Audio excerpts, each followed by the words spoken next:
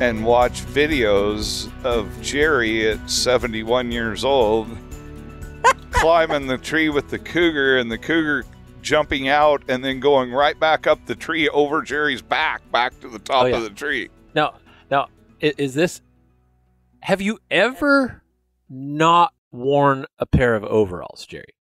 I've never seen you in a pair of pants.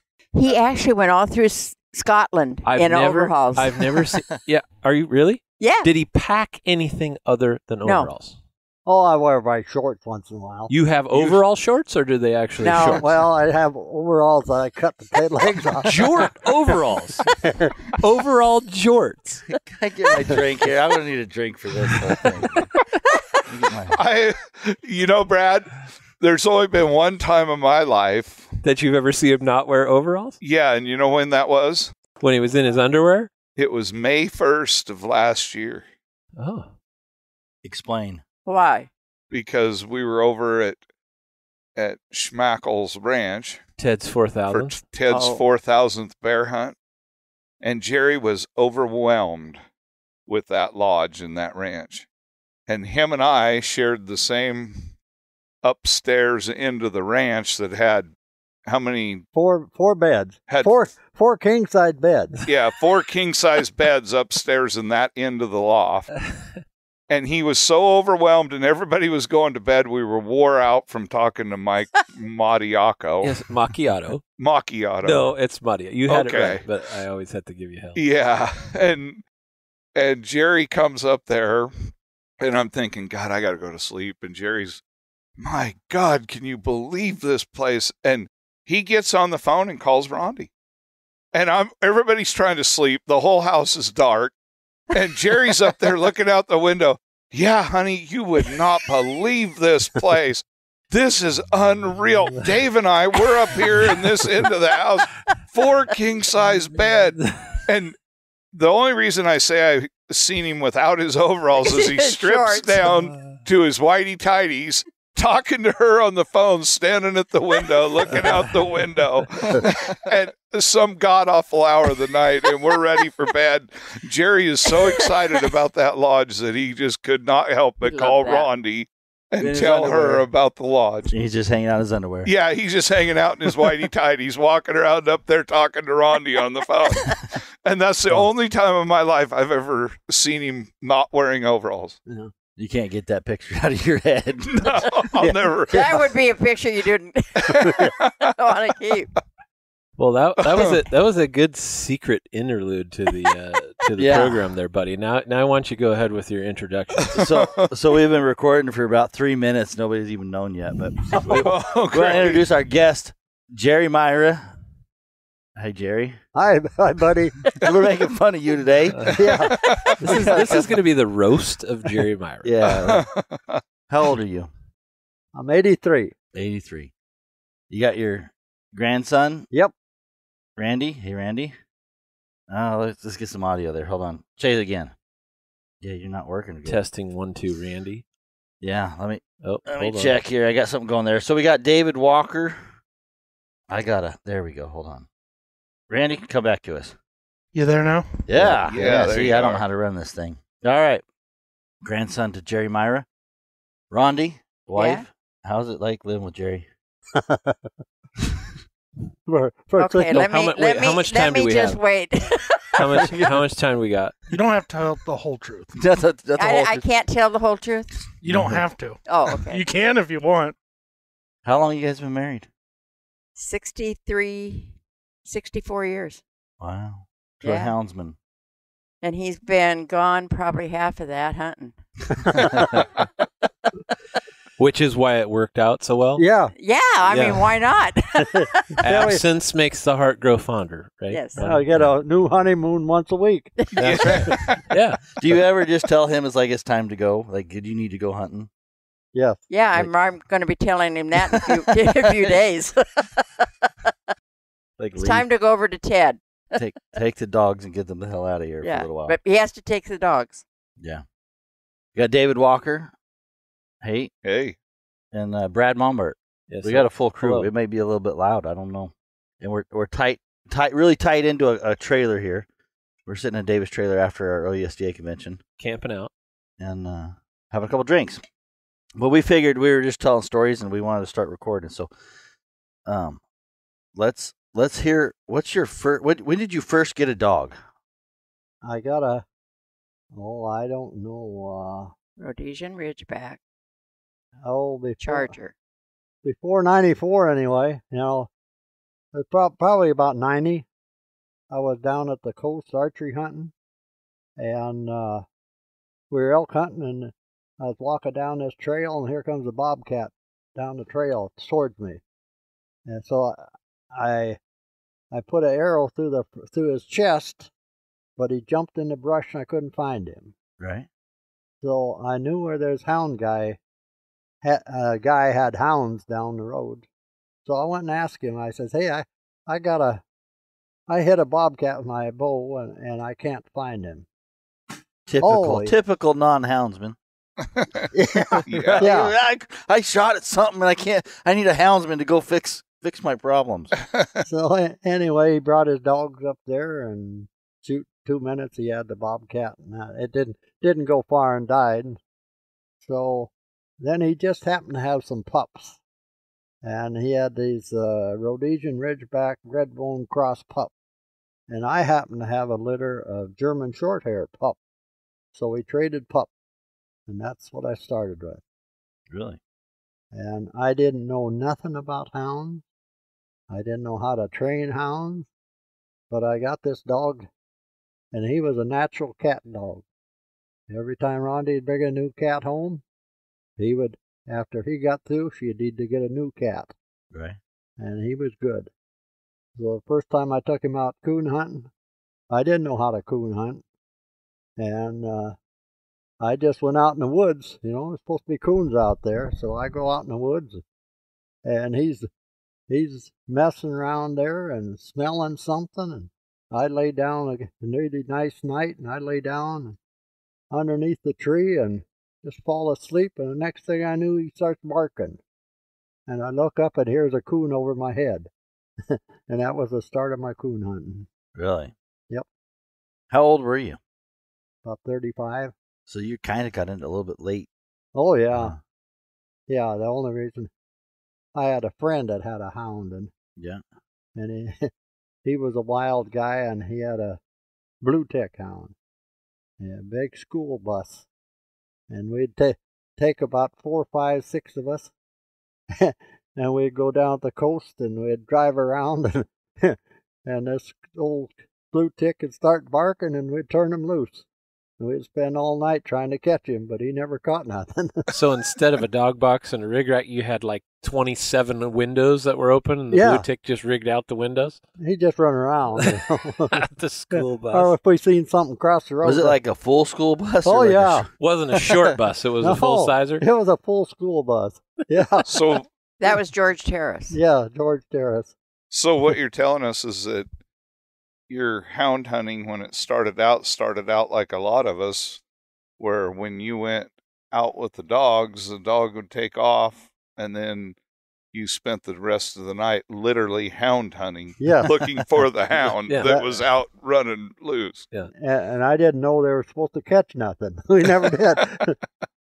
But no, he turned out to be a great dog. So then you made the transition then from the Ridgeback or the Ridgeback Redbone lasted you for a while. Yeah. But then you must have went pure hound at some point. Well, that was as much hound as I wanted, that guy. Yeah, he could do everything. Yeah, Charger, if they would call him, if we were going to a field trial, what field trial are you going to? Because they would go to a different one, because Charger would take everything. I mean, he could tree, and nobody could touch him. Yeah, he was a treeing champion for 3-4 years. He beat everybody. Huh. Yeah, but a terrific dog. Huh. Yeah. But then, did you get other dogs before he retired, or did you? Oh yes, yeah. Yeah. Yeah, I hunted with a guy named Bill Simpson, and he had one of the best strike dogs in the country. at that time as a walker dog. And this was back early when someone offered $1,000 for this strike dog. And that was just money that was just unheard of then. So he decided that he was going to sell this dog, but he was going to also breed it before he sold it. So he got a plot from Ron Hill that had broke its leg and they couldn't hunt, so he bred it, and then I got one of his pups, and he was a plot walker cross. Plot walker cross. Yeah, and this dog turned out to be just a fantastic dog. I mean, Larry Soa said that's the best strike dog he ever seen, but when Larry talked about cur dogs, this hound was the best he'd ever seen. Huh.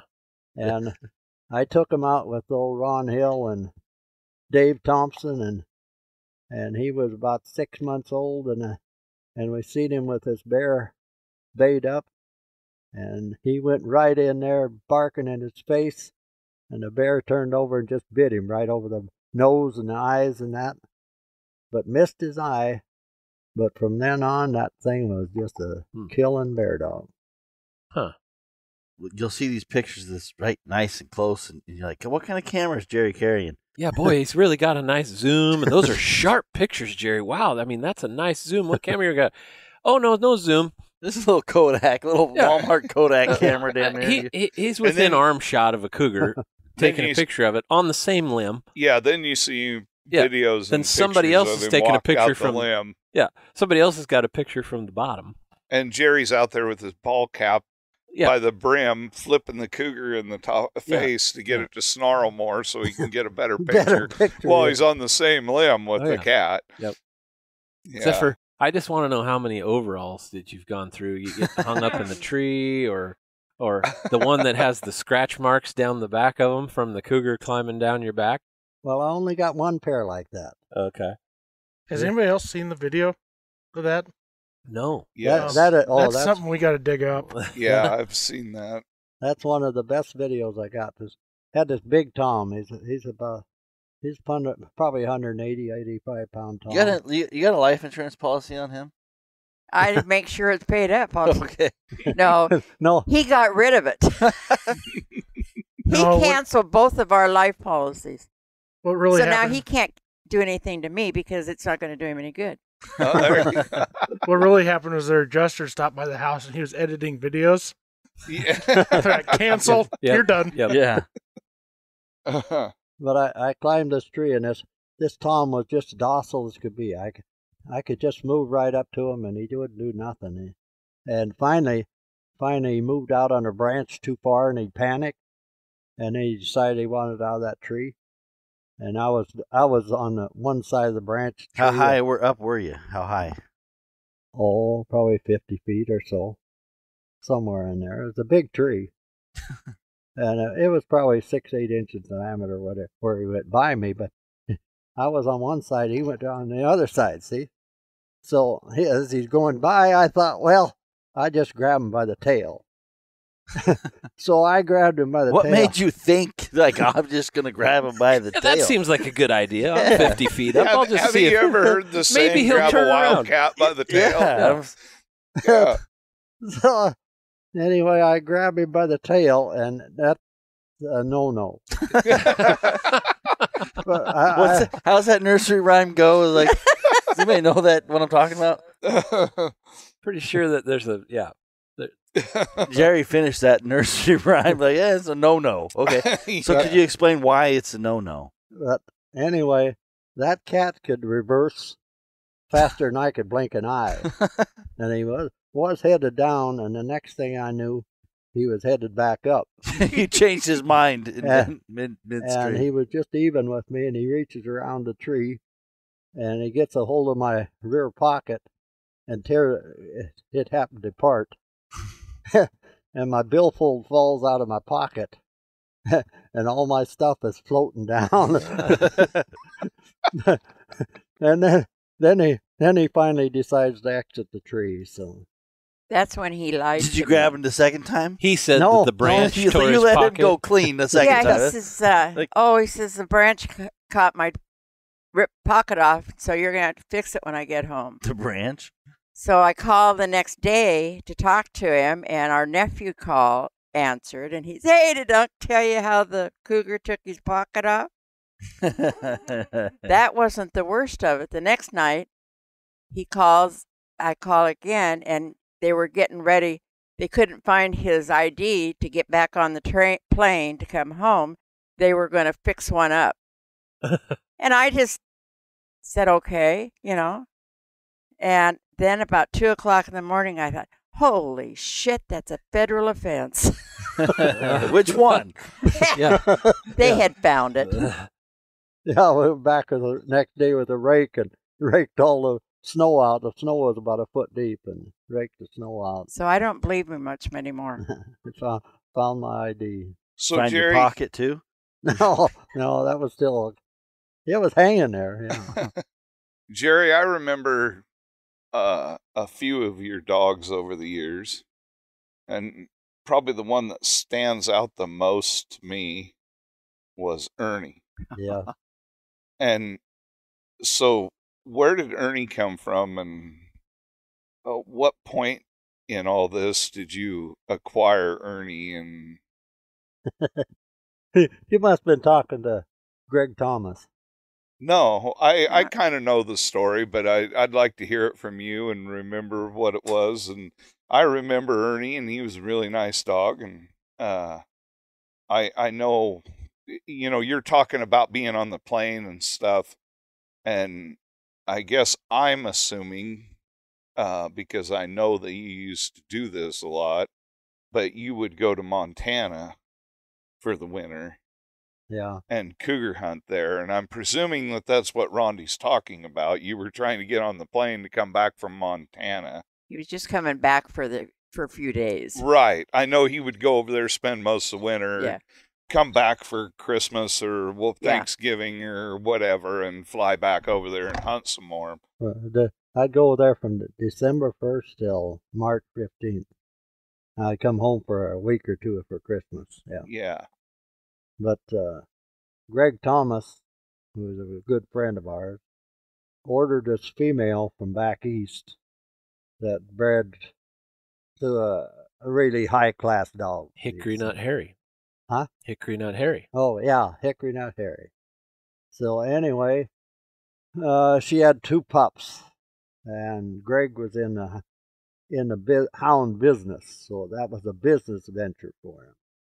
And the hound, he had Ernie till he was about 6 months old, and Ernie just got in trouble all the time.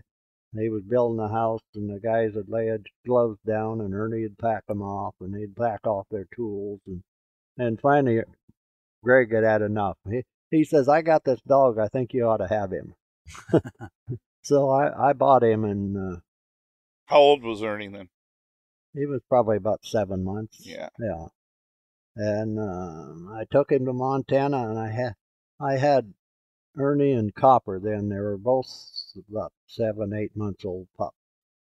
And I had a real good dog named Fred. That was just one hell of a.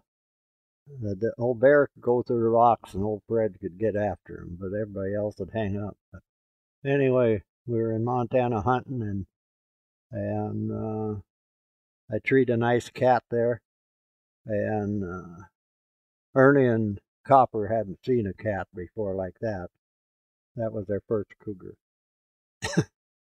And anyway, I had to kind of have the cougar exit the tree so the dog could see him good, So I tied up Freddie and climbed up there, and the cat happened to depart and come down, and then those two pups treated. And from then on, he did come out of that tree, and he went on another tree, and God, there was a log going across the creek, and the cougar went across the creek, across the log, and the dogs were underneath baying on that cougar, sitting on the log, and old Freddie jumped up and grabbed his tail and pulled it down, and they had a free-for-all down there, and that's what started old Ernie. From then on, he led everything. What kind of dog? Walker. Yeah, he was Tricolored almost Walker. 100%. I mean, they were registered. Oh, Walker. a registered Walker. Yeah. Yeah. Queen, Pole Creek Queen, if I'm right, I think that was his mother. Yeah. And then, but see, up until I started running around with Ted, I always had really good registered dogs because my nephew would follow all these bloodlines. I mean, he knew the bloodlines but then he'd order them back east, and they'd come out, and he didn't have money to pay for them to come out. So I would go to the airport and get them out and tell them as soon as you get money, you can have your dog. So I ended up with about 3 dogs that way that were really high-bred dogs. You're like the bank. You just repossess them. Yeah. That's kind of predatory to houndsmen. You know that, right? But then Ted was the demise of your registered dogs. He was just an old oaky grade dog breeder that you got mixed up with. Well, don't say grade dog. You say he had good dogs. That's right. Yeah. But maybe I better not go there. But anyway, it ended up that Ted decided he wanted to cross with Ernie, and he had a real good dog. He had Brick. So you're talking about Ted Craddock? Ted Craddock, yes. And he had this Brick dog that was just a super dog. So he took Brick's sister, and we bred that to Ernie. Which was Socks. And we got, Ted got Spur, and then I got Striker. And they were some really good dogs. It ended up that Ted's pack, he would run Spur one day and Striker another day. So, well, then Jerry Hatton had a litter made out of that cross too. Chase. Yeah. Jerry that was a good litter. That was a good litter, good cross. And then we tried it one more time, but then I think, in my opinion, that they run Socks too long after she was bred, and she come up with a couple tip pups. Oh. And they had to take her to the vet, and then she couldn't have any more pups. Oh, really? Ran her too late into a pregnancy period? That's what I think. Yeah. To make it tip the pups. Yeah. Huh. And tipped, you mean like they got crossways and they got crossways in there, so they had to go cesarean and take them out. Huh. Interesting. Yeah. But that was my opinion. Yeah. Well, so then to continue that line, that's where I came in, and Striker had pups, and I have that Jersey dog out of her, and that's what now has.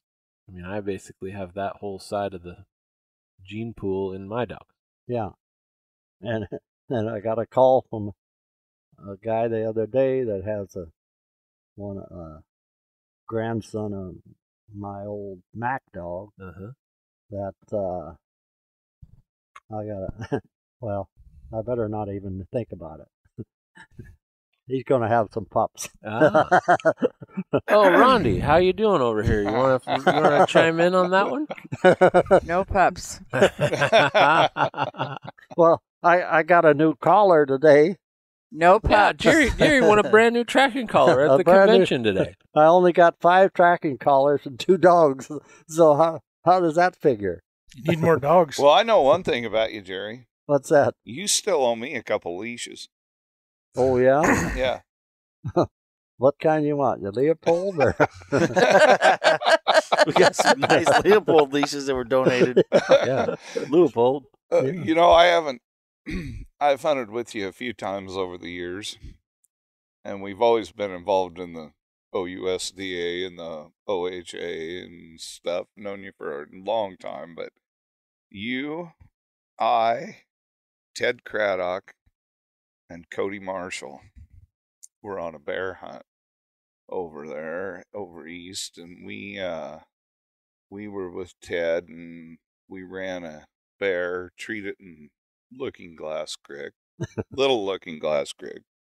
And we're all fired up, and Cody, the youngest one of the bunch, we're going roaring down there, and Jerry says, I'm going to the tree.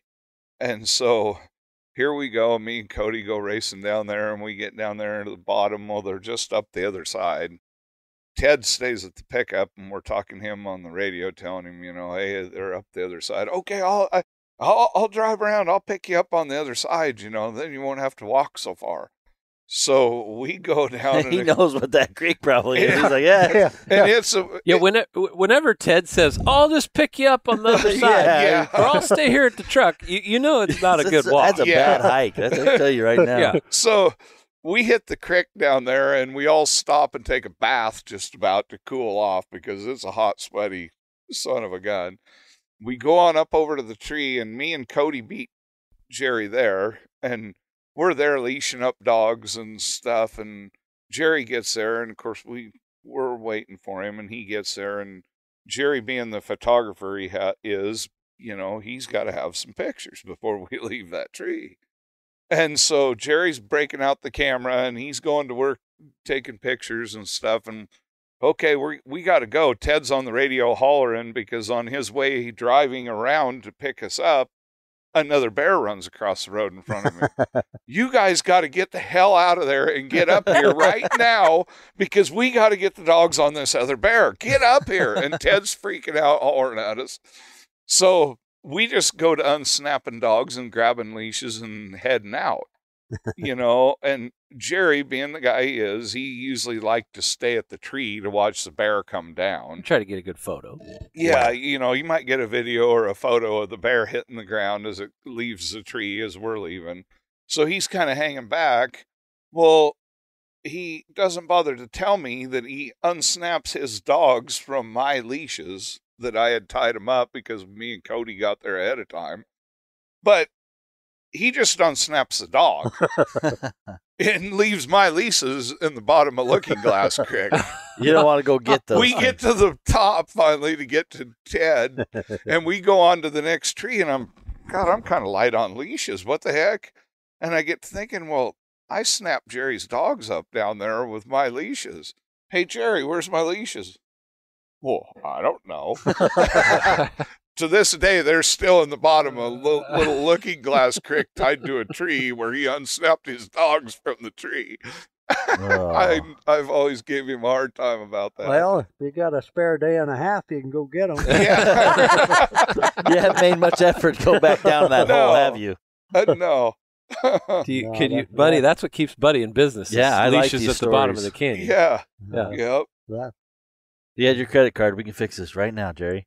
I couldn't tell you how old Jerry was at that time, but I was more than impressed with his physical ability getting to the bottom of that and back out of there. Not his mental ability to remember to understand. Right.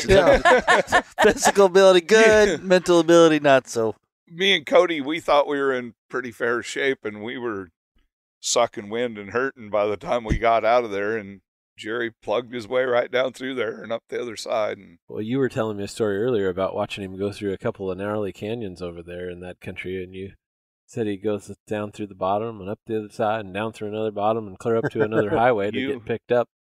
Said he has one speed. Yep. In the overalls. Yep. It's like second gear. Do you hunt in the overalls too? Absolutely. Well, yeah. Yeah. He has some Carhartt ones. That's I was just going to say they're usually Carhartt when he's elk hunting. These are your going to town overalls. Yeah. He does. Oh, those are my with holes. My tougher overalls. Randy could chime in, but I really admire Jerry because he, just every reason. But one of the things that's always struck me as huge is, I like to get the kids involved in hunting, and my daughter, she's hunted with me since she was super hunter, little tiny girl, and she's quite a hunter. But, I can remember years ago when Randy, who's here with us, and Zach, the other grandson, Jerry's other grandson, and Zach hadn't killed an elk yet, and elk hunting over there in Northeast Oregon, and Jerry would take the boys, or at least Zach. I know I can't remember him doing it with you, Randy, but I remember clearly him doing it with Zach. He didn't like you. He probably did it with Randy, but you go out to the end of this ridge as far as you can drive, park, and then Jerry and Zach would take a pup tent and walk on out there 1.5 miles or so on top of this ridge and camp out overnight in the pup tent on a spine of the ridge where you couldn't hardly set up a tent. Yeah. And you got to be very picky, and the wind blows like a son of a gun, and they'd spend the night out there to make sure that Zach could maybe get on an elk at the end of the ridge. And then if they didn't do any good, then that's when they'd drop off the end and go down through the bottom of the canyon, up over the middle ridge, down through the next creek, and up to the highway on the other side. And I mean, all of us sitting here tonight talking, none of us could do it easily in a day's hike, through there. Jerry makes it look pretty simple. And I think he could probably still do it today at 83 if he wanted to do it. Well, I don't know. But on that hunt, one of those hunts you were talking about, I told Zach, don't shoot anything past here. Anything on the other side of this hill is breeding ground. Okay. Is what? Breeding ground, yeah. It's just too far to pack, in other words, buddy. Okay, it's too far to pack. So anyway, we split up and I got back together a little bit later, and Zach says, I seen 2 bulls out there, but they were over there where you told me not to shoot. And he says they were big bulls. Well, let's go look. So we hike over there. Let's go check the breeding grounds real quick. Yeah. Let's take a look at that breeding grounds area one more time. We got to go a half mile or so to get around this knob, and we just get over there and we see these 2 big bulls just topping a skylight over there, 350 yards away. See, and here comes a spike behind them, and the spike stops in the skyline, and Zach says, I want to shoot him. I says, well, go ahead if you think you can hit him. I didn't think he'd hit him. So, shit, he dropped him right there. So it took us a day to get his meat back to the ridge where we could hike him out. The big bull or the spike? The spike. I mean, that should have been breeding ground. But, yeah. When he talks about getting him to the ridge to pack him out, it's, 3.5 miles from there back to the pickup on the ridge. And it took him a day to get him up to that point, and then 3.5 miles back to the pickup. It's more or less cow trails from there. Yeah, it's pretty mean ground. We've done a lot of packing over there over the years, but I really admired the fact, Jerry's always made sure to hunt with the grandsons. Yeah. It doesn't matter which one has a tag, he's going to be over there to hunt with them, and I really admire that fact that he's always been involved and helped them out. Yeah. Well, That's just an excuse for him to get to go hunt. Oh, I know it is, but he loves it. Nerf gun? Oh, I packed a Nerf gun and about 50 darts for a while, just to let the animals know we could have killed them if we wanted to. You were so close that you could shoot him with a Nerf dart gun? Mm-hmm. Yeah. And this was into my adulthood life. So this isn't like a little kid story. When I pulled that thing out, he goes, "What are you doing?" I go, "I'm just going to prove to it I could have killed that." Just letting them know. Well, was that during your photo taking sessions, Jerry? No, I don't take many photos. No. Oh, yeah. Yeah, right. I've seen lots of photos. I seen you playing chicken with a bull one time on another side of a snag. Oh. That photo was up today. Was it? Yeah. Where was that at? There's a picture of you on one side of the tree and a bull elk looking at you on the other side of the tree. That was up in Jasper. I had that happen 3 times that one day. You got a camera. I got a video camera, yeah.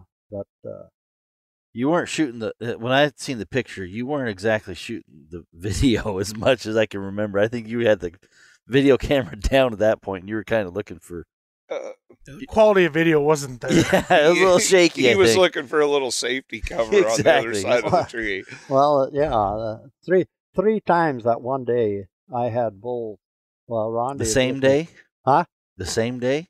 Yeah, Different bulls. different bulls.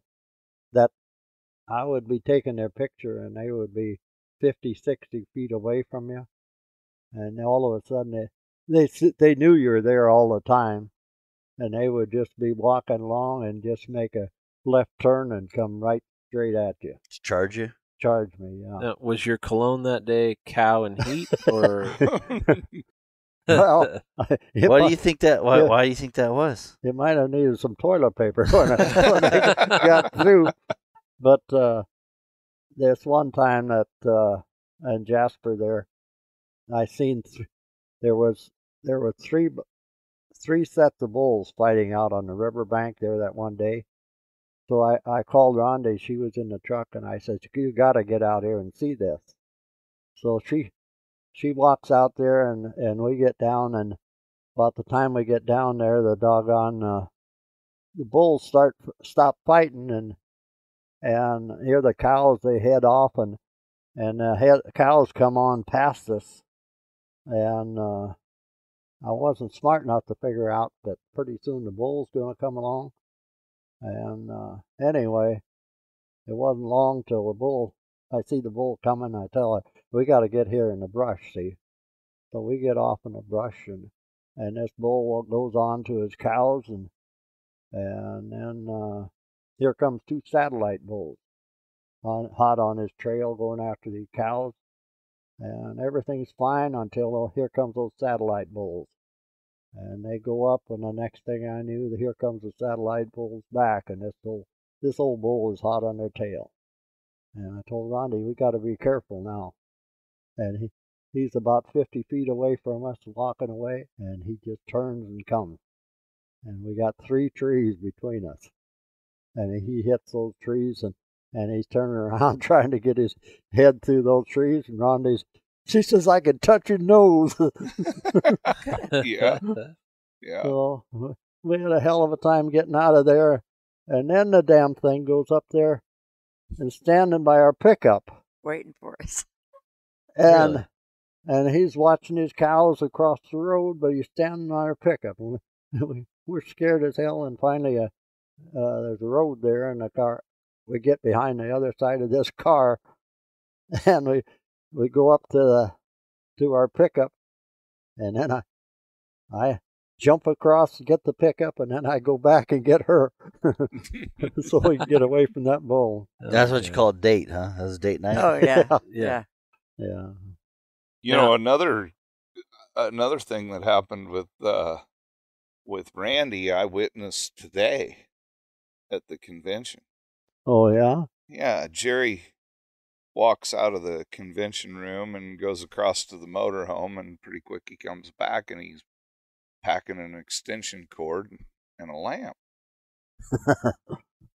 And this lamp is really unique. I don't know if either of you guys. I did see it. I saw it. Looked like something straight out of the Christmas story. Yeah, It was a leg lamp. Yeah, it was an elk leg lamp, and I don't know, maybe Randy wants to elaborate on where that came from or exactly what that's all about, but it's a pretty unique lamp that they've awarded Jerry with. Yeah, I believe it was 2019. He had the big bull tag for Sled Springs, and Zach and I had scouted pretty good, and we found a nice 6-point that we figured we can get him in on fairly easy. And so Zach and I were on the Miller side, and we talked him in on him, and we'd sat on this bull, and we watched the whole thing through our spotting scopes. So this is like an emotional roller coaster at this point, because we found this bull, we got him in on it, and then we're sitting there watching Grandpa just sitting down, and he gets on the rifle, and we could see the bull, and it's like, okay, it's going to happen. And so he's on the rifle for quite a while, then he gets off the rifle. And then they're sitting there spotting and glassing, and then he's on the rifle again. So then we're at another high thinking it's going to happen. This happened several times. So finally he shot and hit the bull, and somewhere in the confusion, one of the hits was on a rear leg, right at the top of the hoof. Well, as Zach and I had come around, and my dad had hiked to the top and was coming around the other way, and they went down and started skinning it and everything. By the time Zach and I got there, he was just finishing skinning it, and he was cutting these legs off. And I can't tell you at the time if it was Zach or I that noticed this bullet wound hole in the hoof. And so we got it snuck into one of our backpacks and taken out. And so Grandpa's getting ready to head home, and Zach and I sneak off to a friend of mine's, a taxidermist. And I was like, hey, we happened to sneak this foot out with the hoof and everything attached. Could you stuff this for us? And so he got that done, and the head boiled and everything. And so that year for Christmas, I had called Zach, and I was like, hey, I just picked this thing up. Can you swing into Goodwill and get some lamp material? A couple good lamps, something we can piece together and make this lamp. And Dan had mounted it to a piece of wood, and so I took a casing out of the gun that he shot it with and glued it to the deal. And so right there, everyone was gathered around. It was Christmas time. And so I kind of rudimentally wrapped this thing with this, and he kind of opens it up, and like you could see him, he's all excited because we're presenting this gift in front of everyone the night before Christmas. And then you could instantly tell when he realized what it was, because his smile kind of went to disappointment in us grandkids, which made us smile more. But it's just like the Christmas story. The guy opens it up, he says, "It's an award." Yeah, it turned into an award. It's a lamb. Yeah, with a hoof and a bullet hole in it. Yeah. But somehow and the shell before casing mounted to it. Somehow before everyone showed up, the lamp disappeared. Well, it appeared today at the convention, so he must enjoy it and Yeah, like he's the proud of story. And I can laugh about it now. yeah, Or were you trying to donate it to the raffle to see if it would go away?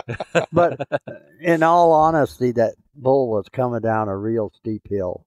Oh, here comes the Yeah, let's justification. go. Hold on. Here comes the other story. And it's coming facing right at me. So his back end was high, and so that's how come you missed Was he, it. was he running like a Tennessee Walker with his feet up in the air like this? Yeah. Yeah, but anyway. Now you don't take any ribbing over No, anything no, from no. those Not grandsons. at all. Now, I got another one for you, Jerry. There was a time when you were with Ted, and you guys treat a bear, and you were taking some pictures and whatever, and you and Ted were discussing the nose on this bear. You kept telling Ted, no, the head of it's over here, right? That you remember that? No, I don't remember that. Jerry doesn't remember. You do too, But he Jerry. says, no, Ted, I can see the head of this bear right here. I get a great shot of the head right here. I can see his nose. It's right here. Ted says, I don't know what you're looking at. The head's over here, whatever. So Ted walks over around the other side of the limb or the tree or whatever. Jerry's over there. He's got his camera and he's taking pictures of the head of this bear. Whatever. Ted looks up and he goes, Jerry, that's not the nose. Jerry says, yeah, that's the nose right there. Don't you see it? It's got the pink nose, whatever. That was the balls. And I got a good picture. I'll bet you got a real nice picture of that. Yeah. Yeah. Yeah. You got the picture of a south end of a northbound bear. The nose. Yeah. That was the nose. That was his nose. Yeah. You need a better camera. There's one of them zoom cameras now. It's just my eyesight's getting bad.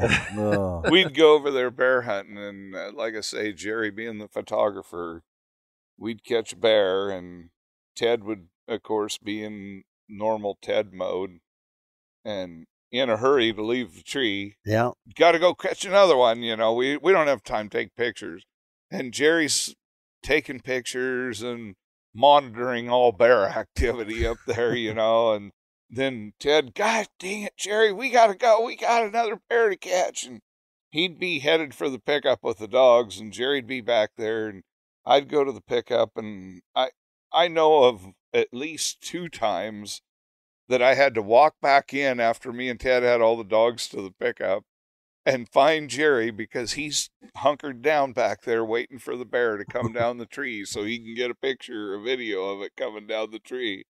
And I always had to laugh because Ted and Jerry were always going at each other. Pardon me, Rhondi, but like a couple old women, back and forth, but boy, it was a lot of fun. But Ted's got a camera now, so he does take a little longer. He does. Once in a while he will. Well, but that's how a guy gets to 4,000 bears in a career. Is you got to be in a hurry. Yes. Yeah, but gosh darn, you can only, if you treat 3 in one day, that should be enough. Yeah, but I've also ridden with Ted when he was in a hurry, and the old crap handling the rig was the most important part. Oh, yeah. Yeah. We've hit some water bars before, and I think that everybody's head in the vehicle is hammered into the ceiling, and you swear the axles are going to be laying in the dirt road behind you. That's why Ted has a bungee cord across that little box on his console. Yep. And everything in there seems to stay in. It's like flipping the pancake in a frying pan. Everything flies up and lands right back in the box. I think Jerry was with us one time again. It was me and Jerry, Cody, and Ted. Ted had a brand new F-150 at the time. Brand new. And we went this road up there off of Mount Harris, I think it was. Hit a water bar. And we get to where we want to listen to the dogs, and we stop to get out.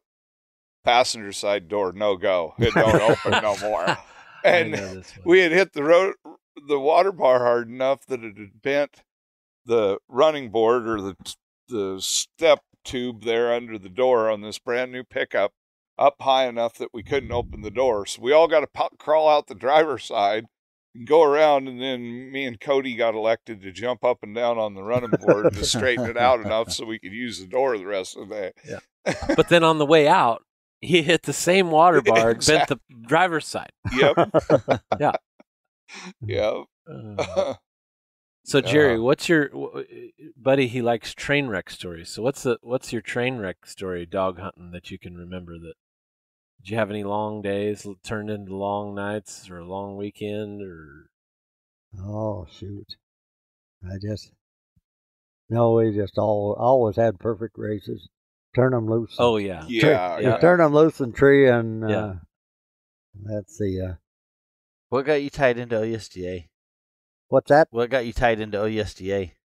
Measure 18. Measure 18. Measure 18. Yeah, before Measure 18, I just hunted by myself. My son and I and another friend. We didn't need anything. We didn't need any other support, But I found out that in politics, you can't do it alone. Right. And that's when I started Measure 18. Yeah. Now, Jerry, did you know Greg and Arlene before No. Measure 18 and you got involved with OUSDA? No. I didn't know any of the hound people. I didn't know Ted. I didn't know any. You didn't know Rod, Clawwitter, No. Greg and Arlene, Thomas? No, I didn't know any of them. So just to clarify, Measure 18 was the one where Oregon lost its bear and cougar hunting. You're right. That 1994. started in So how did you session find 94.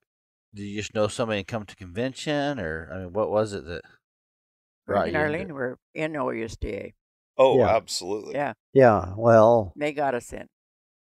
But how did you meet Greg and Arlene? How did you get started going to OUSDA, I guess would be the... I just started in a Field trials and stuff, or this friend of mine had a hound, and then we went to the hound club, and then from then I picked up that pup, and then I started going to the hound club, and in the good old days I used to belong to 4 different hound clubs, one in Sandy and one in Oregon City. So did you join the hound clubs, Jerry, because of the fact that you knew Measure 18 was developing and you decided you wanted to pitch in and help, or is that how you decided to join the hound clubs and got involved? Well, I was in the hound clubs, but I decided you had to get involved to try and beat them because.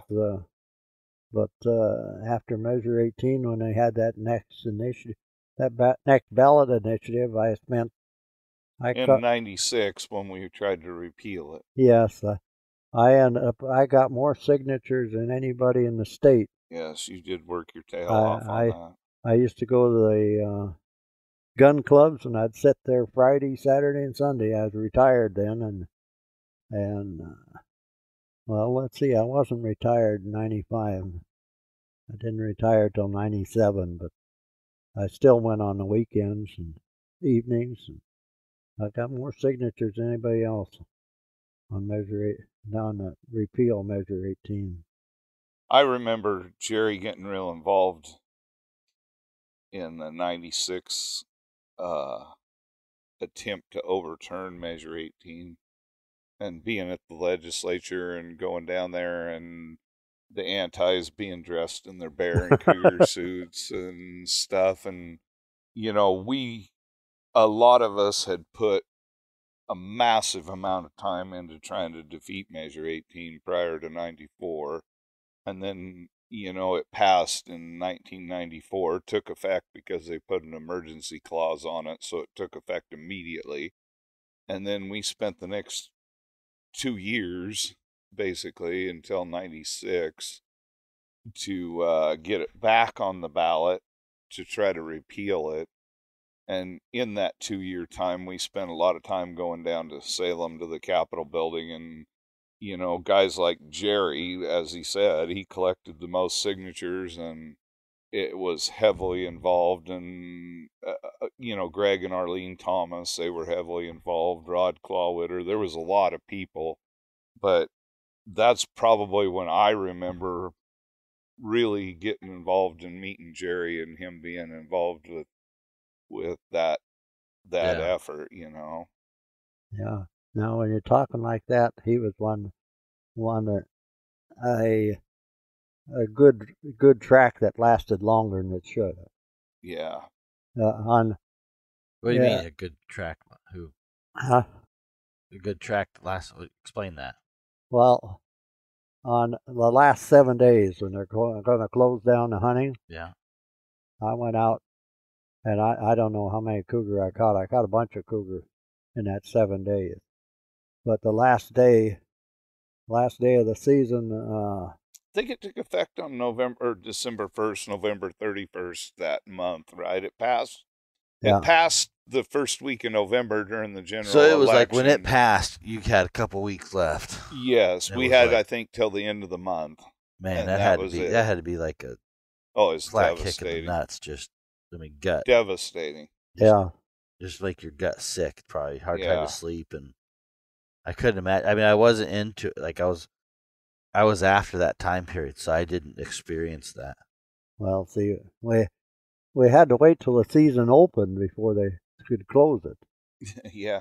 Then let's see, the night before the season opened, I found the biggest cougar track I'd ever seen, up off Miller. Oh yeah. And it's going down in the swamp. And I had my buddy with me, and it started raining and snowing and hailing. And what buddy did you have with you? Well, that's Jerry, this friend of mine. He's not a hound guy. And I told him, well, that track ain't gonna last till daylight. The way the snow is, I'm gonna put the dogs out now and go after him. So anyway, he says, I'm going with you. No, you stay here. No, I'm going with you. So he finally went with me. So we take off down in there. We go clear down to the bottom of Swamp Creek there, and I could hear the dogs treeing. And old Jerry starts whining. I'm getting cold. I got to get out of here. I got to get cold. And I tell him, you just walk 2 miles down the creek and there's a cabin down there you can get into. I'll come back down there in the morning when I find the dog. No, I can't go alone. No, I can't do that. So I had to walk this 2 miles down there, get him in the cabin, and then I says, you can start your own fire, and I headed back out, and by then it was just a blizzard. I could hear the dogs treeing, but I couldn't figure out where they're at. Well, I got to go to the top of the canyon, get my tracker, and go after them. And by the time I got to the top, then I was thought, no, I'm going to take the truck and go clear down there and get Jerry. And I get down there about 10 o'clock, head in towards the dogs. Here the dogs are coming out. And I wasn't smart enough to backtrack them, but I ended up losing the biggest cougar I ever seen. And then we, on the seventh day of our hunting season, about 10 o'clock, I find this nice cougar track, but it's old. So I gotta give it everything I got, see. So I tell these other two guys. Well, we had a guy from Bloodline magazine with us, Donnie and I, my nephew, and there was another guy. And I says, I'm going after that cat and just see. And I'll follow him to see if the pressure's up. And so the two of them headed out with me. And we're gone a couple hours, and then one dog got loose and took off on the track. Well, when that one dog got loose on the track, you can't let him go alone. You got to give him some help. So I turned them all loose, all three of them. And that's the last I seen him. I found him 7 days later. That was the worst one I've been on. But I followed that track midnight. The guys that were with me, they'd had enough. They had to go out. So got my nephew on the radio, and we coordinated where they would come out and that. So they headed out, and then they picked me up at about 8:30 the next morning with no dog. But they had evidently got in a cave or something, because I got old Tommy Burkmeyer's snowmobile. Well, he put 40 miles on it one night and couldn't track it, get a signal, and I spent 40 miles the next night going a different direction. Never got a signal, but one night I thought I had a signal, and I was up by a coyote campground. The signal was coming back to Swamp Creek. So this is about midnight or so, and I told my brother, I says, well, pick me up down the bottom. I'm going to walk this signal out.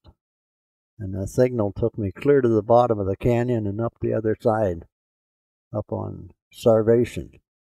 And that's a long walk. Yeah, and I'm getting a signal, and I get up the top there, and I'm right on top of the signal, and 6 inches to a foot of snow, and the signal's underneath me.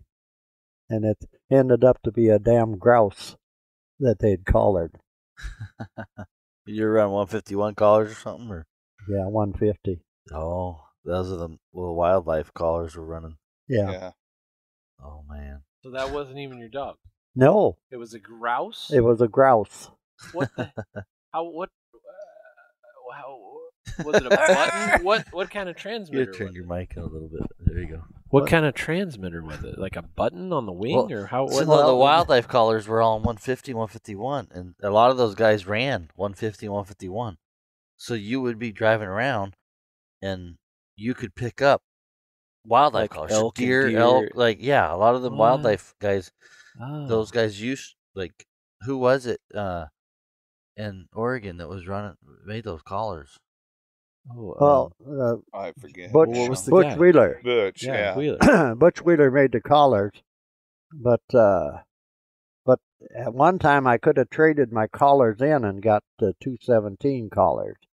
But that was the most common. Was yeah, 217. Larry Sola had the 150s, and I had the 150s, and there was another guy. The three of us had the same thing. We would have all three had to trade in and get. I remember Rod. I don't know if Rod had 150s or not. Yep. But I remember that 150, and it was. I still got some. That's what a lot of these new guys don't realize is I got these Like there was some horror stories. Like I never had a grouse. I never tracked a grouse, but it was off signal just a little bit. But sometimes the cold weather do that. yeah, you'd have a You know, so So that was what day of the seventh day? that was day after the seventh day. That was probably 2 days later, 2 days after the season was over, that I finally picked up this signal. Yeah, and so you still didn't have your dogs. No. How did you end up getting them? Well, some guy brought them to church a week later, Really? about 30 miles away Brought them to church where? in Enterprise. Oh, yeah. And Where had he found them, Jerry? Did you ever find out where he not had found exactly, but they had to be out at off Crow Creek someplace down in there. them? Oh, yeah. But it's hard telling where that cat could have went. So they basically spent the 7 days in the canyon. Somewhere, yeah. Yeah, somewhere in that canyon. Yeah. And that is a big canyon. I mean, that. Yeah. Yeah. the callers now. Like it's amazing for people who haven't experienced those telemetry callers.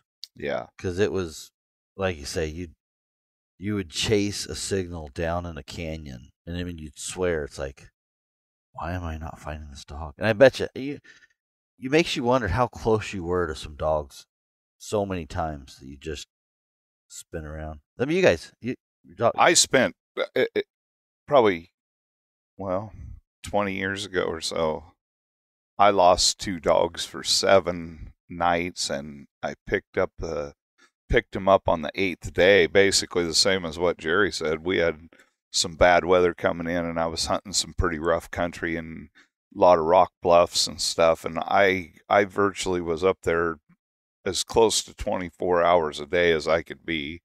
Go home to get coffee and some food and run back up and look, and I walked and walked. And you'd walk up a bluffy canyon, and you'd swear, okay, they're over here on the right. Yeah.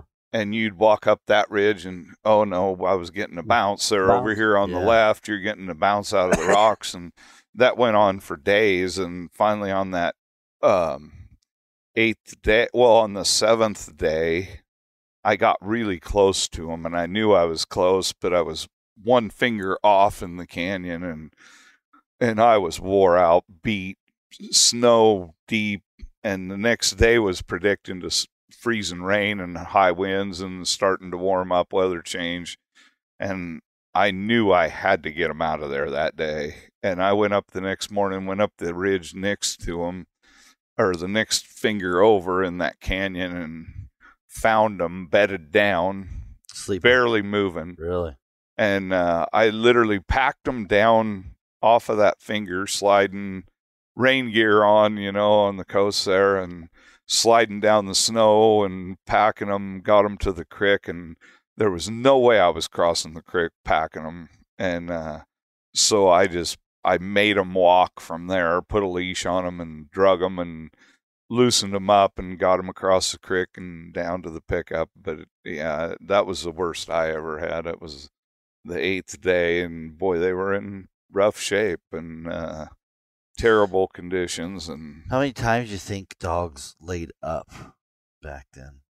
You think dogs laid up more back then, or like is it just with the GPS collars we can get to them better? Or, I mean, yeah, there's no comparison to what we had then. Yeah, what made them lay up back then? Just wore out. Now? Yeah, just wore out. They were done. They're going to lay up to die. I mean, they're out of energy. They can't do anything. Too cold. You think now we're able to get to them? Oh, absolutely. The first day before. So I mean, I guess because that second day they don't have food, and I mean it probably just wears them down. It's I think they're good about 3 or 4 days, but I had the same thing happen as you did there. I had I think 3 dogs out on a bobcat up in a Molalla, and it was about 10 below then. It was cool. I shouldn't even been out, but I had a good cat track, and they went down by the the Molalla River, I guess it was up there, Copper Creek or something. Anyway, I ended up losing them. I couldn't get a signal from up on top where they were, and a couple days later, I picked the signal up down lower, see, and I could get within a half a mile of them, but they were across the river, and I went there for about 3 days, honked my horn and honked my horn, and but the damn Molalla River was there. And they hadn't moved for 3 days or 4 days. No, I went over there and I told my boy, I says, I am going to cross that river one way or other. So, God, I found a nice log, probably 3 foot round. I was going to go across that. And I got halfway across, and boy, this log was just shiny. It's iced up. So I backed off of there, and then I found a place where I could drive the pickup right down to the river and shine my lights across the river. And I told my son, I says, I'm going to go across here. At least you'll know if I fall in. And I waded across there, but I didn't quite get to my waist with it. Your overalls, just halfway up your overalls. Yeah. But by the time I got to the other side, my legs were so numb I couldn't hardly get up the bank. And I made my way up the bank, and I got up to the dogs. And they were froze up so bad they couldn't even lift their head up to when I was there, you know. And so I started rubbing them and rubbing them, and finally got them to get up anyhow. So they got up, and I leashed them up, and I just drug them down to the creek. And I was scared to drag them out there across the river, but that's the only thing I do. But boy, as soon as they hit that water, they freshened right up. They woke up, huh? They woke up, yeah. But they would have just died right there because they weren't going to move. Yeah. I had a guy that worked for me back in the telemetry days, and he started hunting, and he went out one evening and lost his dogs in the watershed there close to us, and a lake there that the watershed, you know, owns, and his dogs got around the back side of it, and there's no entry into that area, you know, it's completely off limits. And at the time, it happened to be a place that I had a bear permit for, that I was doing bear damage work, and he told me about it, and he'd been up there for 2 or 3 days, every night after work, trying to get the dogs out, and on and on. So finally one day I talked to the forester, and I said, hey, I know I'm not supposed to go in there to the watershed, but I said, is it okay if I go in there, park, walk around the lake, and find these dogs? I said, they're going to die in there. And so he gave me permission, and me and another friend of mine that worked for me, we took off and walked all the way around the lake, up through the infeed and everything around the other side, and got up there to a side draw, and there was some waterfalls coming down through there, and it was real rocky and bluffy, and I kept getting a signal on this guy's dogs there, Randy's dogs up there, and I'm up there hollering and looking, and I cannot find those dogs. And I mean, I was right there, you know, the old trick of taking the antenna off and just using the coax on your on your telemetry, and I mean, they were right there, folding them back. Yeah, and I'm down there in that right under a waterfall, and I finally look up, and one of them's peeking over this ledge off of this waterfall up there, and they were laid up. There was 3 dogs, and they were laid up there, and they weren't moving. We finally found a way to scale up there, got a hold of them, drug them down, did like Jerry, put them on a leash, drug them to get them moving, you know. And once we got them moving for a little ways, coming back around the head of the lake, and, you know, it was a couple mile walk around through there to get over to get them. And we finally got them picked up and drug out of there. But, you know, they were laid up, going to die there on that ledge. They were done for. And I think those are the only two bad experiences of trying to get dogs out of there that were basically at the end of their limit. Yeah. And boy, you know, Randy, he couldn't have been more appreciative, but it just happened to work out. I was able to help him and get him out of there. That's why I think a lot of, you know, they talk about the GPS collars and stuff, and it's like the safety of the dog is so, Absolutely. you know, Yeah. everybody's like, oh, it's just these radio controlled dogs is what you want to talk about. It's like, man, like it is the safety of the dog that is more important than anything else as far as the things that, you know, those are the things. The way it's evolved, buddy, I mean, how many times nowadays do you make it more than, I don't know, hour? Several hours at the most. Yeah, a handful of hours before you have your hands back on the dog, because with the GPSs, we know right where they're at. And I mean, it took hours just to try to figure out where. Yeah, I mean, like it's amazing, you know, like what the safety of the dog and being able to get to the dog, and even if the dog's going towards the highway or going, you know, I mean, like it would just get out of the. Man, I mean, we were talking last night, remember? And we were talking about the first time I ever met you in the woods, and OUSDA had a field trial, and of course everybody knows I'm not a huge field trial guy, you know. I'm not anymore. I'm not either. There's a reason I'm not. It was east of me a ways, but close enough that I would cut up through the woods over the mountain, and the field trial was on the east edge of my hunting area that I always hunted and had bear permits and everything. And I thought, well, I'll go over there and check out the field trial. But I was, you know, the field trial was way underway before I was going to be over there. And I took dogs and went up over the mountain, hunted my way over. And I come down the hill, and I'm getting within a couple miles of the field trial, and there's hound pickups everywhere. And there's people looking for dogs, and I come down the road, and the first one that I actually talked to is Buddy.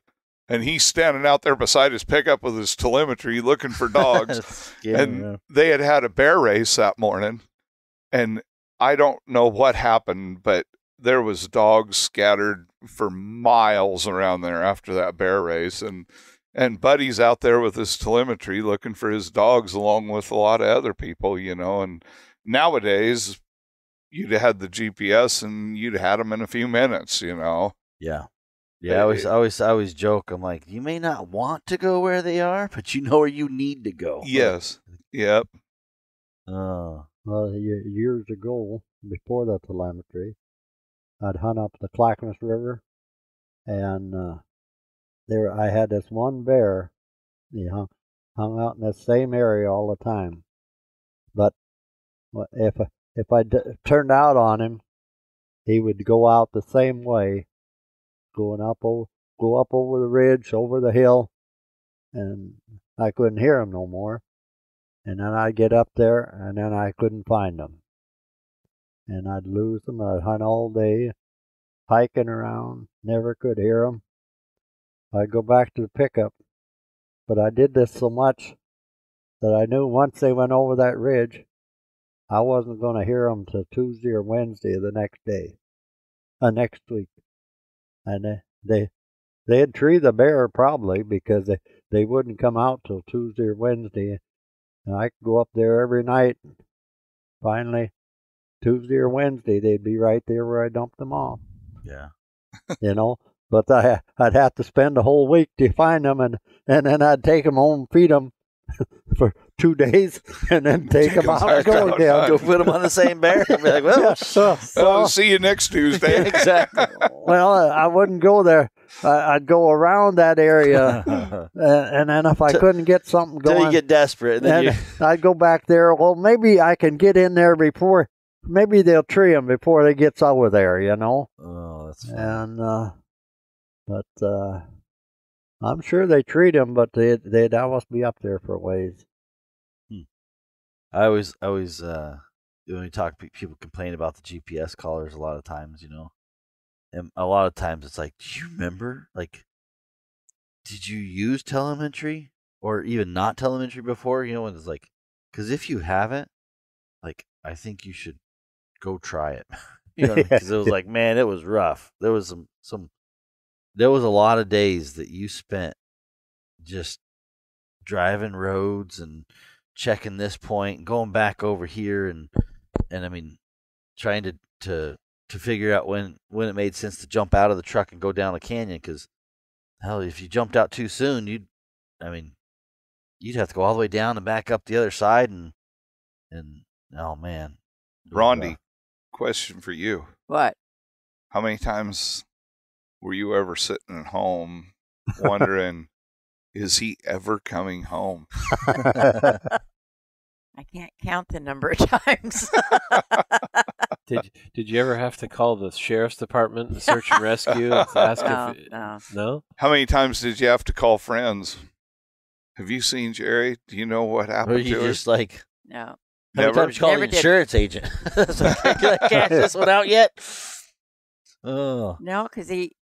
you guys just had a pact. Did you just know? I mean, is that I just knew like? Yeah, I'd be home in time to go to work.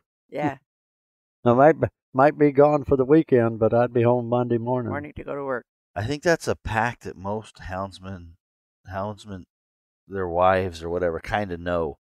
That it's like, yeah, you don't really know when you're going to see him again. He might be. Yeah. That might be a lot of houndsmen are divorced too. Yeah. They don't Well- get that memo. We were up in Jasper, and I was sitting in the car waiting for him, which I did a lot when he was out taking elk pictures. And we got to know some of the professional photographers that were out there. And one of them stopped by, and he said, "We were sitting around the campfire last night, and we voted you the most patient woman in the world." Yeah. That's awesome.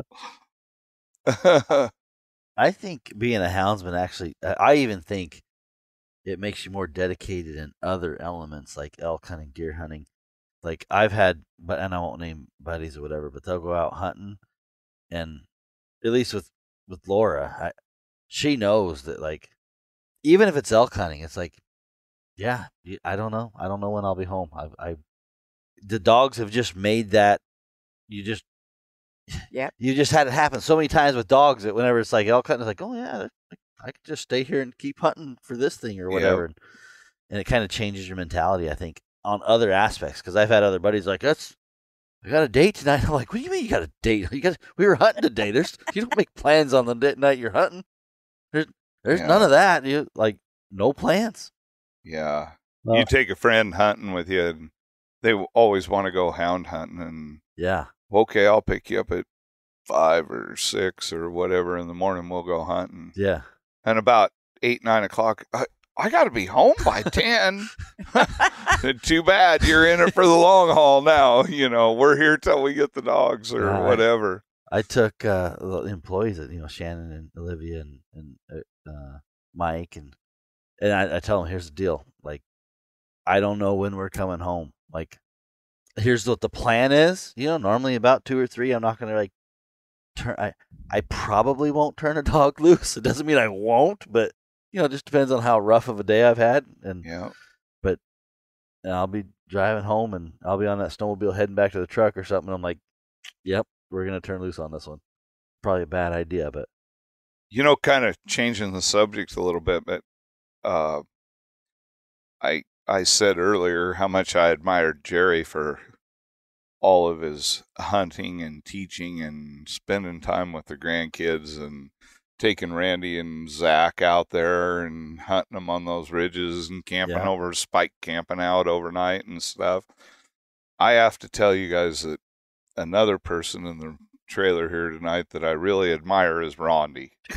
And when she said that, they voted her as most patient wife, ever since I can remember, Rhondi has been by Jerry's side at the OUSDA conventions. Whether he's just like the story I told earlier about him being in his whitey tighties calling Rhondi because he had to tell her about that log cabin and that ranch. He was so excited about it, and it was impressive, no doubt. And but Rhondi's always been there. I don't think I know I've never been to a convention that she was not at. And a lot of these get-togethers that we have after the USDA convention have occurred in their motorhome.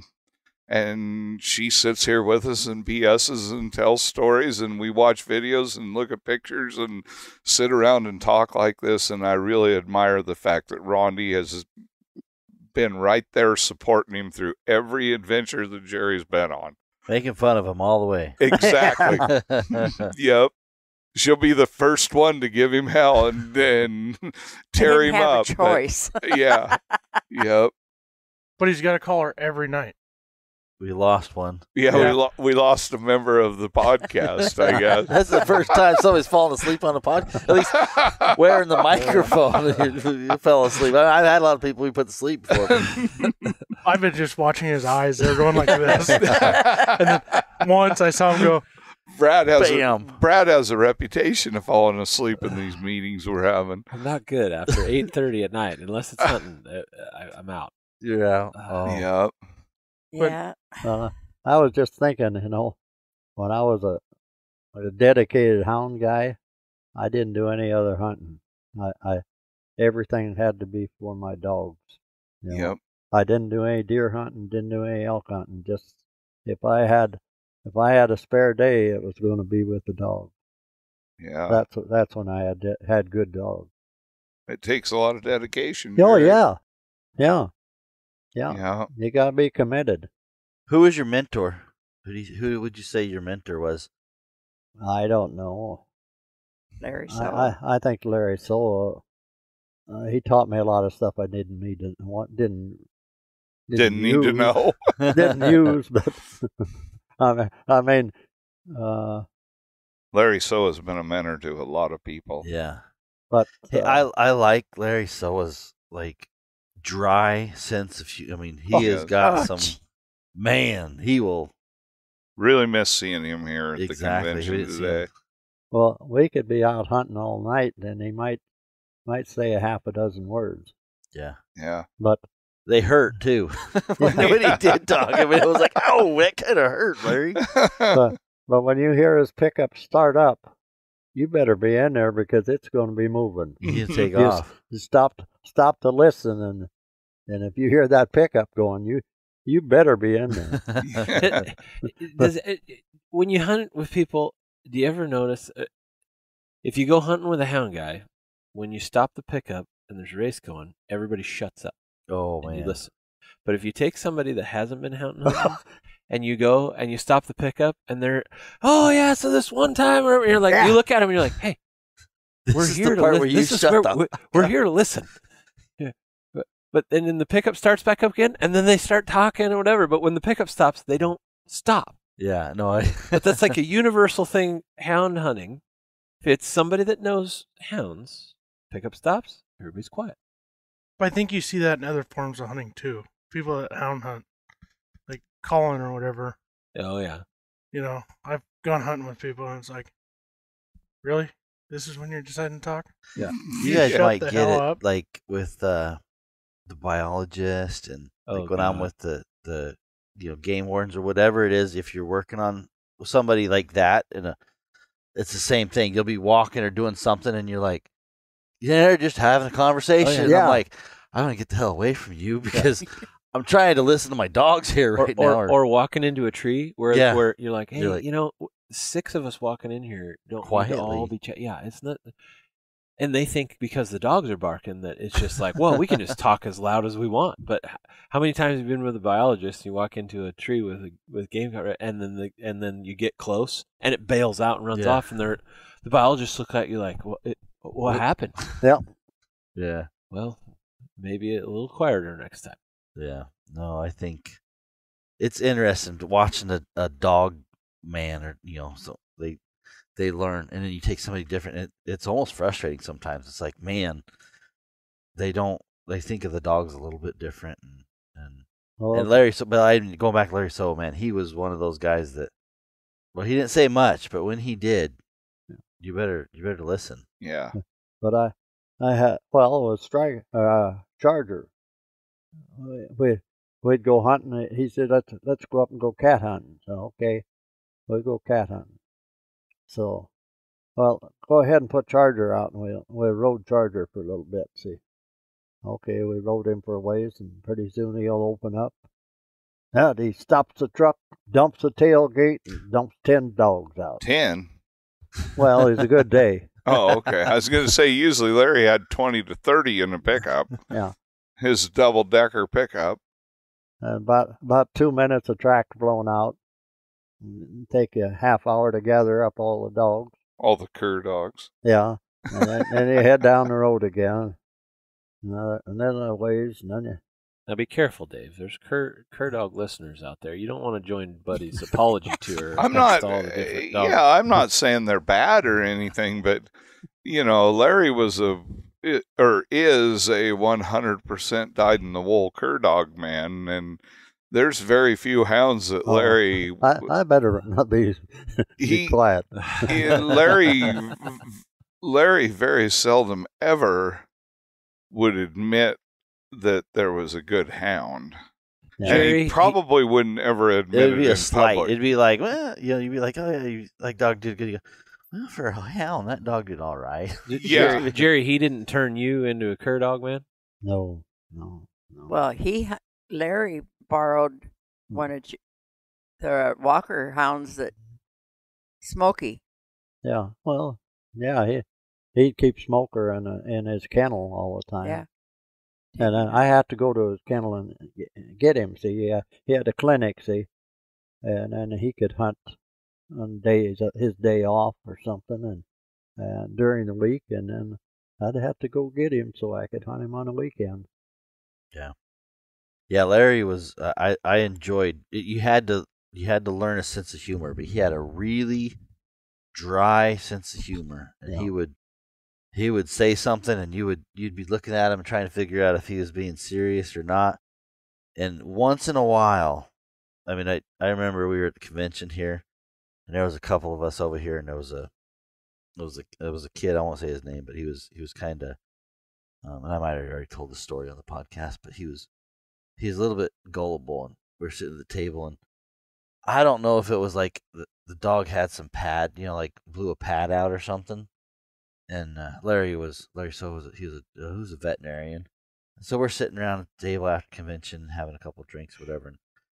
And he says, "Man, that dog, he just blows a pad once in a while, and I just can't figure out what."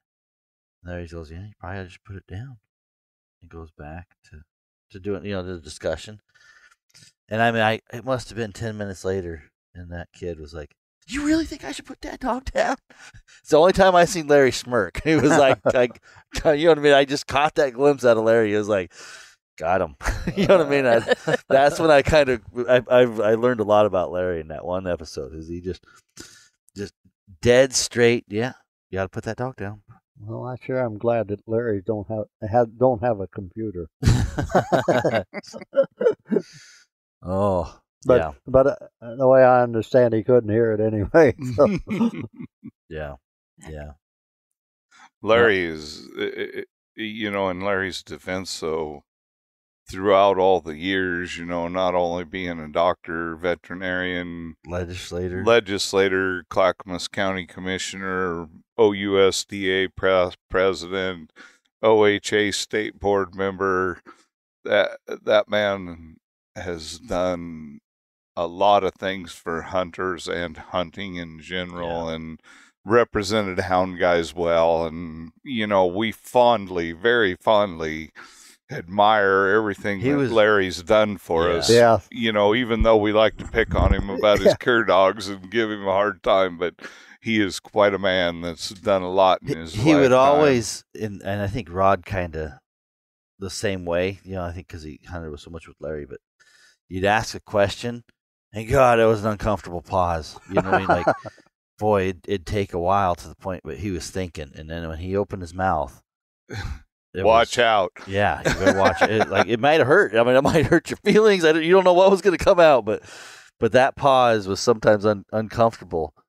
But man, when it came out, it was black and white. Exactly. It was like, wow.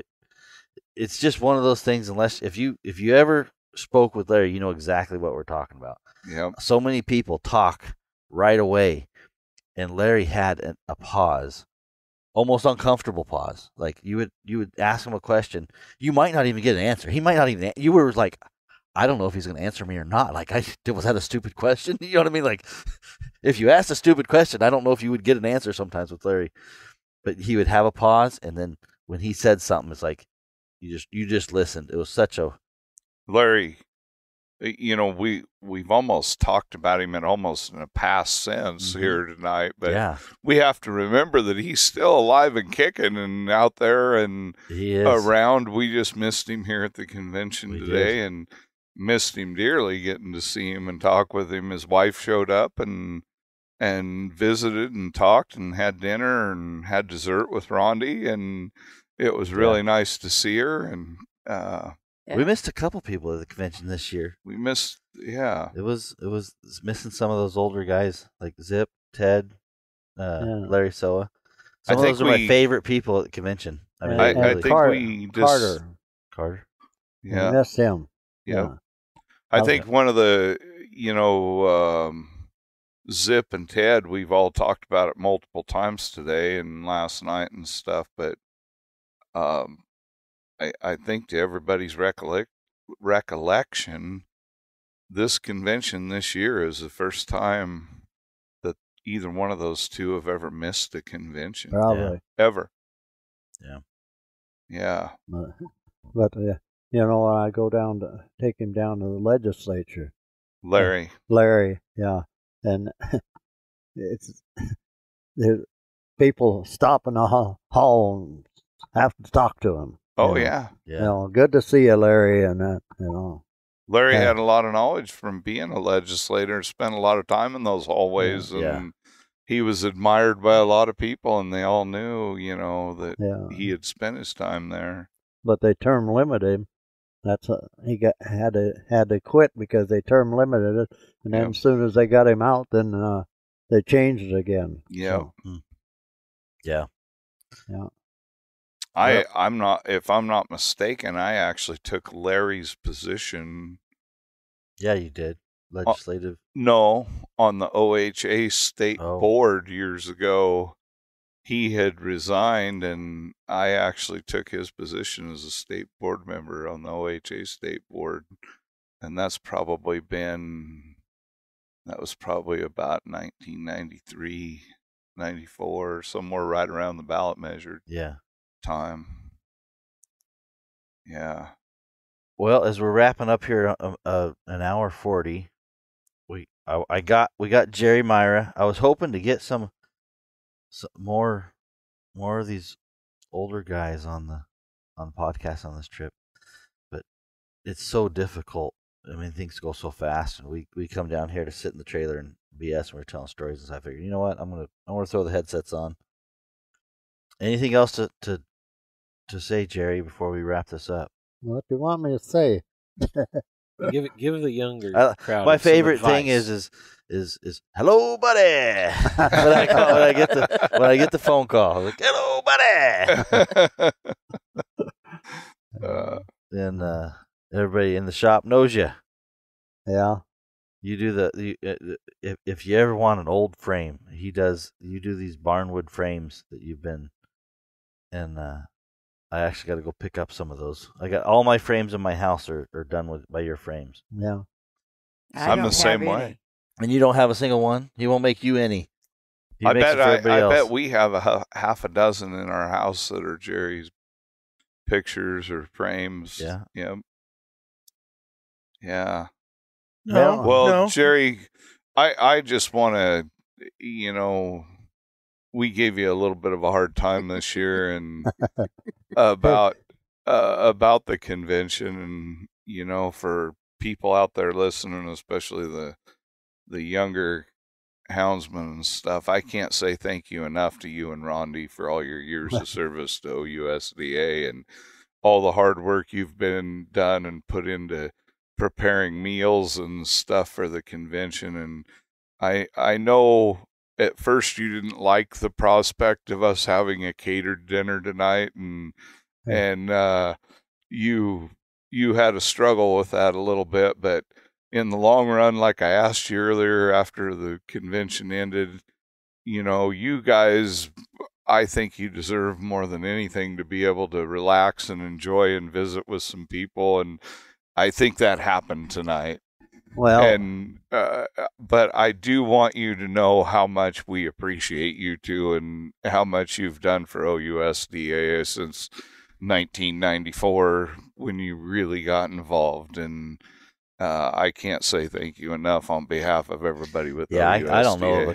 I've been going and that he hasn't been, that Rhondi hasn't been up at the front taking money, and yes, Jerry running the books. We finally got you guys to be able to relax a little bit. But you guys have just taken over and run so smooth and nice. It's just good to see me out of there, so you guys can take over. Well, you're not off the hook by any means. We still need you guys, but we're trying to relieve some of your headaches and pressure. That was just perfect tonight. Everything was so nice, and I felt bad for Brad's wife. She had to sit over there at the table all by herself. Yeah. Felt so bad about her. I was going to go over there and visit with her, and then Bobby Baker sat down at the table, and I didn't want to leave him sitting there by himself. And, yeah, but you guys got to relax and enjoy the convention a little bit, and that made me very happy to be able to see that. And you see how much money Brad brought in, and yep, yeah. Brad and Buddy did a great job of organizing the raffle and running that stuff. It went so smooth tonight. That's the thing. Yeah. Yeah. And that dessert raffle, I was ready for some dessert, and I was like, dang it, man.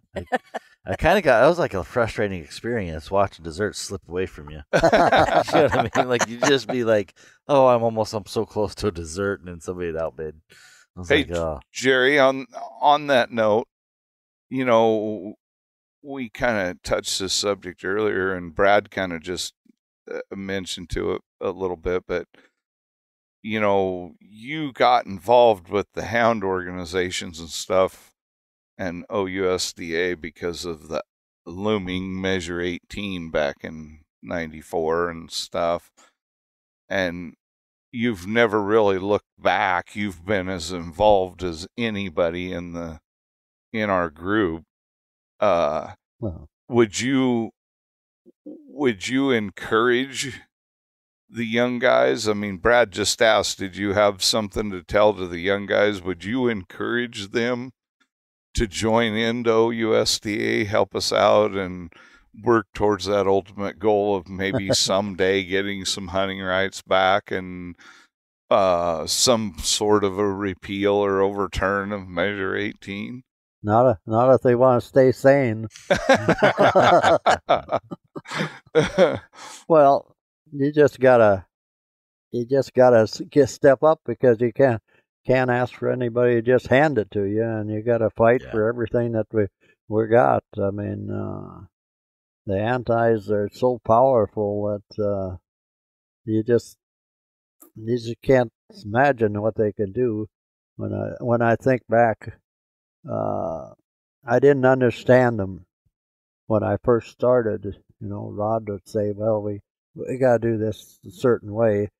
So I went down to the University of Oregon.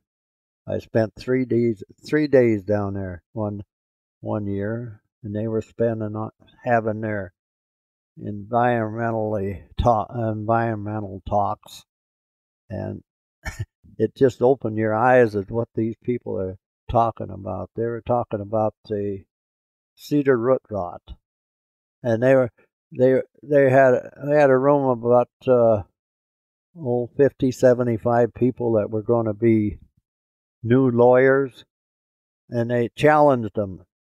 You go find some excuse why we got to close this here forest down because of the cedar root rot. And they just, it just blows you away that what these people would think of, what they could try and control. But so you just can't figure that you're going to get away with nothing. You just got to get in and fight for it. Yeah, I think we got to think the same way. Like we got to try to, Absolutely. the pursuit, the impact. It's been 30 years now, and there's a lot of science out there. There's predators, and it's decimating the elk, and we got to use that. We got to really hit them back on the science. And so, Well, I think Stan Steele has a good idea where to go. Rod had ideas too, and they were all good. Yeah. We, none of us are getting any younger, of course. And but it's awesome to see a few young guys kind of starting to step up a little bit. But I will say, we need to see some more younger guys in that room. We do. Like, and I would challenge them, the younger guys, to end up like Jerry and Rhondi and all the time and effort that they've spent and all the dedication they've put to OUSDA.